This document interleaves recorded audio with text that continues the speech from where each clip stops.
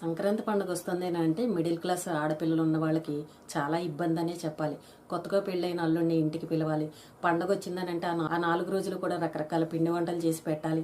అలాగే ముఖ్యంగా పండగకి అల్లుడికి బంగారమో లేకపోతే బట్టలు ఇలాంటివన్నీ కూడా పెట్టాలి. అల్లుడి ఇంటికి వచ్చినప్పుడు ఇవన్నీ ఏమీ పెట్టలేదనుకోండి, వియ్యాల వారు అడుగుతూ ఉంటారు, అల్లుడికి సంక్రాంతికి ఏం పెట్టారని చుట్టాలందరూ అడుగుతూ ఉంటారు. పాపం మిడిల్ క్లాస్ వాళ్ళకి, ఆడపిల్లలు ఉన్న వాళ్ళకి చాలా కష్టతరమనే చెప్పాలి. అందులోనూ ఇప్పుడు బంగారం రేటు ఎక్కువగా ఉంది. ఎంతో కొంత పెట్టకపోయారు అని అంటే చిన్నతనంగా చూస్తారు. కానీ ఎన్ని ఇబ్బందులున్నా, ఎన్ని కష్టాలున్నా సరే అల్లుడు వచ్చే టైంకి ఎక్కడో చోట అప్పో సొప్పో చేసి చక్కగా మర్యాదలు చేసేవాళ్ళు కూడా ఉన్నారు. ఆడపిల్లల్ని సంతోషంగా పంపించేవాళ్ళు కూడా ఉన్నారు. లేదనంటే అత్తగారింటికి వెళ్ళిన తర్వాత ఏంటి పండగకు వస్తే అల్లుడికి మీ వాళ్ళు ఏమీ పెట్టలేదని అమ్మాయిని అనే పరిస్థితి. మధ్యతరగతి వాళ్ళకి, ఆడపిల్లలు ఉన్న తల్లిదండ్రులకి సంక్రాంతి పండుగ వస్తుందేనంటే కొంచెం ఇబ్బందులు పడాల్సిందే. ఎక్కడో ఒక చోట అప్పో సొప్పో తెచ్చి ముందు అల్లుడికి, కూతురికి మర్యాదలు చేసి పంపిస్తూ ఉంటారు. అది పరిస్థితి అన్నమాట.